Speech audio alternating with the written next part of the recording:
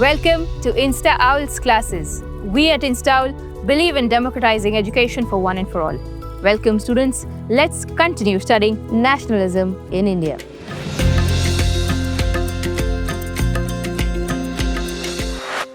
Let's see the non-cooperation movement, rebellion on the countryside. So you have studied the urban side, that is how the professionals, the businessmen, the students, the lawyers, how they supported non-cooperation. Now let's see how the villagers support it. Spread to rural areas, the movement extended beyond cities, involving number 1, peasants, number 2, tribals. Who are peasants? Peasants are farmers. Small landless farmers or people who work on others' lands. Tribals are the groups who live in forests.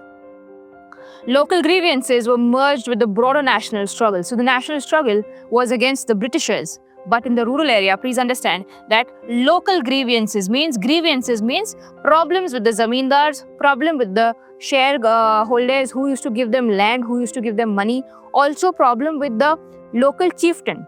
They had problems. All these problems were merged with the national struggle in the 1920s movement. Let's see the peasant struggle in Awadh, led by Baba Ramchandra, targeting oppressive talukdars and landlords. His demands included reduced revenue. Firstly, reduced revenue means the tax that they had to pay to the government, and abolition of begar. Begar means forced labor. Forced labor means forcing peasants to work on their crops either as a contract, means you have to work on my crop for 1 year, 2 years, or forcing them to do labor without giving them any kind of money or without giving them any kind of crop. And also social boycotts. Social boycotts means discriminating against the groups of the society. Discriminating, boycotting one kind of caste, one kind of people, one kind of religion. Formation of Awadh Kisan Sabha under leaders like Jawaharlal Nehru and Baba Ramchandra. Unrest and violence. The peasants attacked talukdar houses, looted bazaars, and seized grain hoards.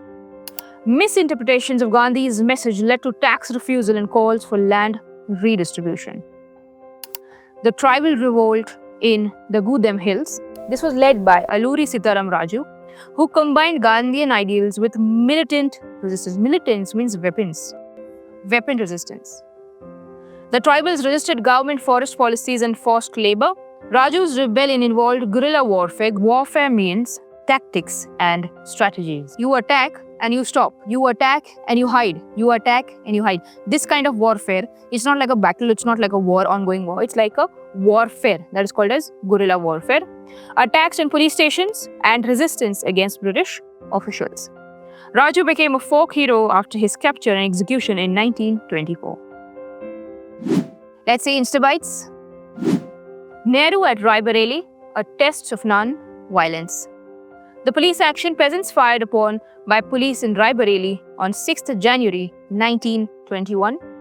Nehru's struggle, initially he was angered and almost abandoned the non-violence. Gandhi's influence, he remembered Gandhi's teachings and calmed by the peaceful behavior of peasants. What was the outcome? Reinforced non-violence and addressed the crowd and ensured that a peaceful dispersal take place. We're also going to see the Bardoli Satyagraha in 1928. This was led by Sardar Vallabhbhai Patel.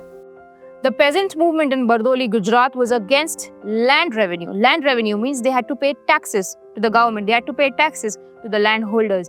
This land revenue was increasing that the peasants could not afford it anymore. It was more than 100 to 200%. So they approached Sardar Vallabhbhai Patel. He is called Sardar by the people of Bardoli. That is why we say Sardar Vallabhbhai Patel with respect. Let's see the success. The movement succeeded under Patel's leadership. What was the impact? He gained widespread publicity and generated significant sympathy across India. Let's see plantation workers and the vision of Swaraj. Plantation workers and the view of Swaraj. Freedom meant the ability to leave the plantations and return to their villages. Plantations were large areas of tea and coffee plantations, and people wanted to leave it and return back to their villages.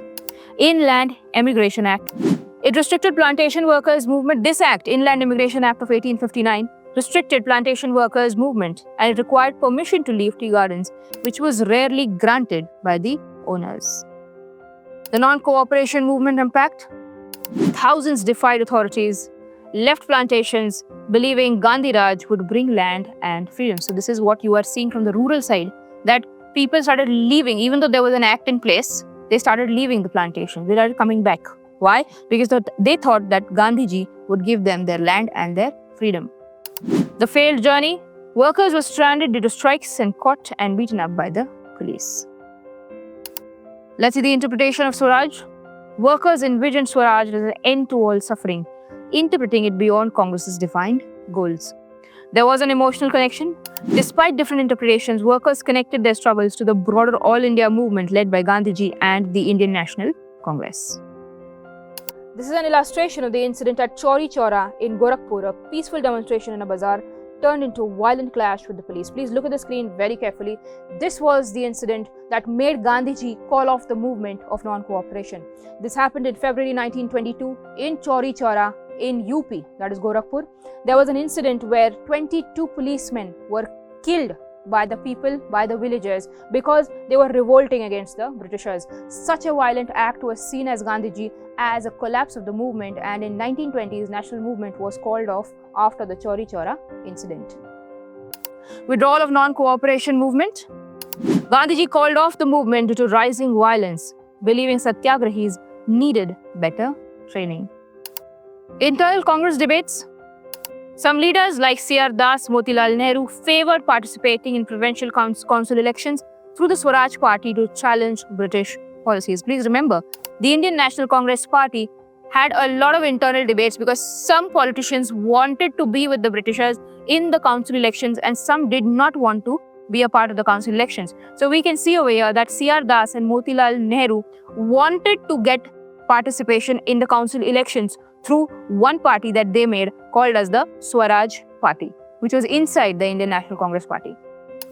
Younger leaders such as Jawaharlal Nehru and Subhash Chandra Bose pushed for radical mass agitation and full independence. So we can see a shift inside the internal politics of INC. We can see that C.R. Das and Motilal Nehru is the father of Jawaharlal Nehru, who said, no, you have to fight only through elections. But these people wanted a more radical change. Radical change means more faster change, more violent change. Now, let's see the economic depression. Late 1920s, economic depression started in 1920s till 1933. Agricultural prices fell, leading to financial struggles for peasants. The countryside was in turmoil due to the economic downturn. Simon Commission came in 1928. Now, Simon Commission is a commission which was made by the Britishers to review the working of Indian political system during these times. They would come to India every 10 years. So in 1928, the British officers sent a commission in which Mr. Simon was the head, and that is why it is called the Simon Commission. A British commission to review India's constitutional system was boycotted due to lack of Indian representation. Now, they said in 1928, when you send a British mission which is coming to India to review our constitution, to review our political system, has to have Indians in it. They did not have any Indian representation in the Simon Commission. That is why Simon Go Back was the slogan, and that is why Simon Commission was boycotted by the party. The slogan Go Back Simon unified various Indian political parties in protest in 1928. Viceroy Irwin's Dominion status offer. Okay, so in 1928, Simon Commission was boycotted by Indians and the Indian National Congress. Why? Because they wanted an Indian while reviewing the constitution in India. So what we were offered by the Britishers was not freedom, was not a constitution, not a constituent assembly. They gave us dominion status. They were very smart. They said, okay, you want some kind of freedom, I will give you that freedom. But that freedom comes at a cost. You will not be a free country. You will be a dominion country. Means what? You will be a country, but you will be under the dominion of the English crown. That is George V. You will be under the dominion of British officials. This was the offer in 1929 that was given to the Indians. And this offer also did not go down well. A vague promise of future dominion status failed to appease Indian leaders. Radical Congress members led by Jawaharlal Nehru and Subhash Chandra Bose gained influence during this time. Let's see the Lahore Congress, 1929. This formalized the demand for Purna Swaraj. Now, please understand that till now we are building. There are many factions inside the Indian National Congress which you are going to study. Factions means separatist ideologies, two factions, two groups. But it was only in 1929 in Pakistan, Lahore, that the whole of the party, that is the Indian National Congress Party, came to one understanding that now we want complete independence. We don't want half independence. We don't want a commission to come. We don't want a dominant status. We want Purna Swaraj, that is complete independence. Declared 26 January 1930 as Independence Day, though it was limited and a small only public engagement. Please look at the screen. This is an illustration of meeting of Congress leaders at Allahabad in 1931.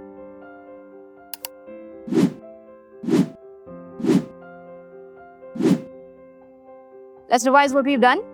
We have seen how India is now moving from non-cooperation to being humiliated by the Simon Commission and by Irwin. And now we want to move towards a very powerful movement in 1930s known as the Civil Disobedience Movement. You have also seen the challenges which we have seen and why the movement of non-cooperation stopped, because the Chauri Chara incident took place in February 1922, in which Gandhiji called off this movement. I hope, students, you are enjoying studying this chapter with me. Please stay tuned to Instal's videos to study more on the same chapter. Thank you.